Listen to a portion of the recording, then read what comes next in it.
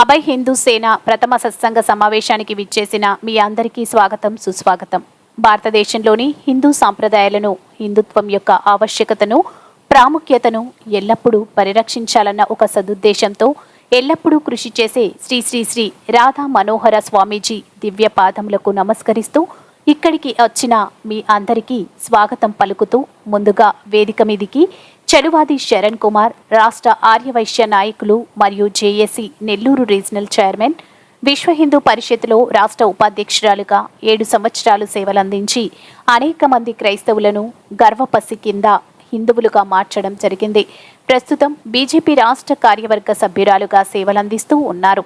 అంతేకాక కొవ్వూరు నియోజకవర్గం బీజేపీ అభ్యర్థిగా కూడా పోటీ చేసిన డాక్టర్ మారం విజయలక్ష్మి ఆర్ఎస్ఎస్ నందు విశేషమైన సేవలు అందిస్తూ వారి ఉపన్యాసాల ద్వారా ఎంతో మందిని చైతన్యవంతులను చేస్తూ నిరంతరం కృషి చేస్తున్న రాష్ట్ర వ్యాప్తంగా విస్తరించి ఉన్న శుభమస్తు షాపింగ్ మాల్స్ అధినేతలలో ఒకరు. 50 సంవత్సరాలుగా ఆర్ఎస్ఎస్ రాష్ట్ర ప్రచార ప్రముఖులైన మా సోదరులు శ్రీ బయ్యా వాసు బీజేపీలో అనేక సంవత్సరాలుగా విశేషమైన సేవలు అందిస్తూ హిందూయిజంలో తన వంతు కృషి చేస్తున్న బీజేపీ రాష్ట్ర అధికార ప్రతినిధి కర్ణాటి ఆంజనేయులిని వేదిక మీదికి ఆహ్వానిస్తున్నాం.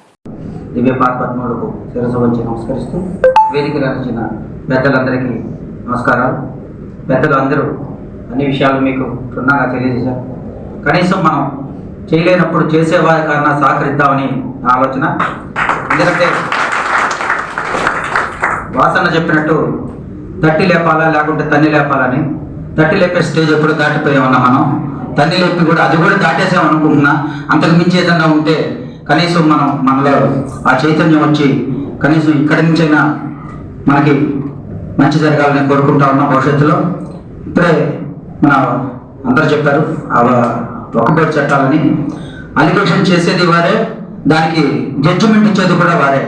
కాబట్టి ఆ దరిద్రమైన సాంప్రదాయాన్ని మనం విడి ఎప్పుడైతే ఇది ప్రక్షాళన చేసే దిశగా ఈనాటి ప్రభుత్వాలు ప్రయత్నిస్తున్నాయో, కనీసం మనం ఎలాగో చేయడం దాన్ని సపోర్ట్ చేసే విధంగా మన అందరూ కూడా ప్రతి ఒక్కరూ మనతో పాటు ఇంకొక నలుగురికి చెప్పి ఆ యొక్క కార్యక్రమాన్ని దివ్యంగా ముందుకు తీసుకునే విధంగా ప్రతి ఒక్కరూ కూడా సహకరించాలని మీ అందరికీ వేడుకుంటున్నా.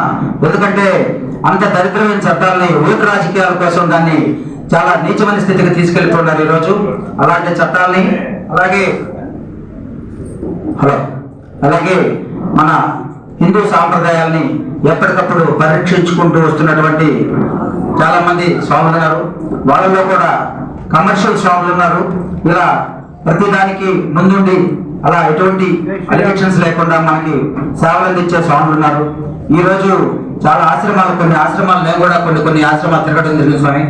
అక్కడ దాదాపు 30-40 కోట్లకి ఒక్కొక్క రూమ్ని ఇన్సూరెన్స్ చేస్తున్నారు, వాళ్ళ పర్సనల్ రూమ్స్ని ఆశ్రమాల్లో. అంటే ఒక ఇన్సూరెన్సే 30-40 కోట్లకి ఒక రూమ్ని ఇన్సూరెన్స్ చేస్తున్నారంటే అక్కడ వాళ్ళ సంపద ఏ విధంగా ఉందో అది మనం అర్థం చేసుకోవాలా. స్వామికి, పెన్నామాయికి, పెన్నా హోబేశ్వరునికి జై శ్రీరామ్, జై శ్రీరామ్.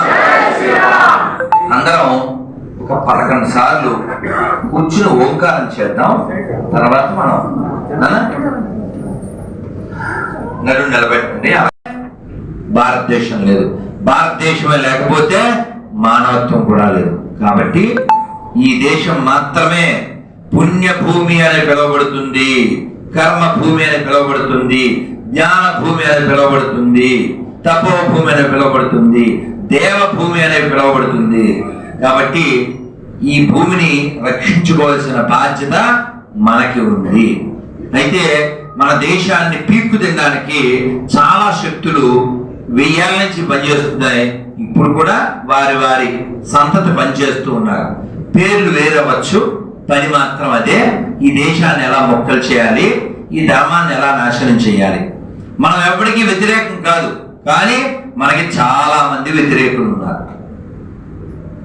నేను మంచివాడిని కదా, నాకేమీ అవ్వదు కదా అని అనుకోకండి. నువ్వు మంచోడిగా మాత్రం ఉండద్దని చెబుతూ ఉంటాను నేను. ఎందుకంటే మంచోడిని ముంచడం చాలా easy. Don't be good persons, be a wise persons. మీరు మంచి వాళ్ళుగా ఉండద్దు, తెలివైన వాళ్ళుగా ఉండండి.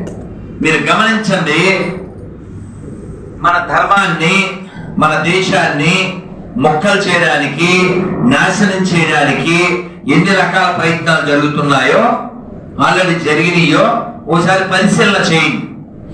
ప్రజెంట్ బెంగళూరులో ఒక ట్రెండ్ నడుస్తుంది, హిజాబ్ ఛాలెంజ్. ఏంటిది? మన ఆడపిల్లల దగ్గరికి వాళ్ళు వచ్చి బొట్టు తీసేసి నెత్తిన ఒక బొట్టేస్తారు. హే చాలా బాగున్నావు పిశాచిల్లా అని ఒక కాంప్లిమెంట్. చక్కగా గోడి పట్టాలు ఎంత బాగున్నావో అని. సో మన వాళ్ళకు కూడా చిన్నప్పటి నుంచి అమ్మా నాన్న ఏమీ చెప్పరు కదా, బాగా చదువుకో, బాగా చదువుకో, బాగా చదువుకో, బాగా చదువుకో, బాగా చదువుకుని ఎవడో బాడుకోవతో లేచిపో. జరగలేదా? జరగలేదా? షీలా దీక్షిత్ కూతురికి జరగలేదా? బొమ్మనోళ్ళకి జరగలేదా? నందిగామలో జరగలేదా? నంద్యాలలో జరగలేదా? నిన్న కలికిల్లో జరగలేదా? కాబట్టి ఇప్పుడు విజయవాడలో కృష్ణానది వరదలు చాలా బీభత్సంగా ఉంది. మొన్నే ఒకరోజు మేము వెళ్ళి సహాయ కార్యక్రమాల్లో కొంత పాల్గొని వచ్చాం. ఇంకా వరద చాలా బీభత్సంగా ఉంది. ఇక్కడ ఎవరైనా దరిద్రులు ఉంటే వెళ్ళి దూకే. దరిద్రులు అంటే తెలుసా? అబ్బా ఎవరైనా అన్ని మతాలు సమానమైన దరిద్రులు ఎవరైనా ఉంటే భూమికి భారం, వెంటనే ఖాళీ చేసేది భూమిని. ఎందుకంటే మీరు ఈ వీడియో కనుక మీకు నచ్చినట్లయితే లైక్ చేసి షేర్ చేయండి. మరిన్ని లేటెస్ట్ అప్డేట్స్ కోసం మా ఛానల్ ని సబ్స్క్రైబ్ చేయండి.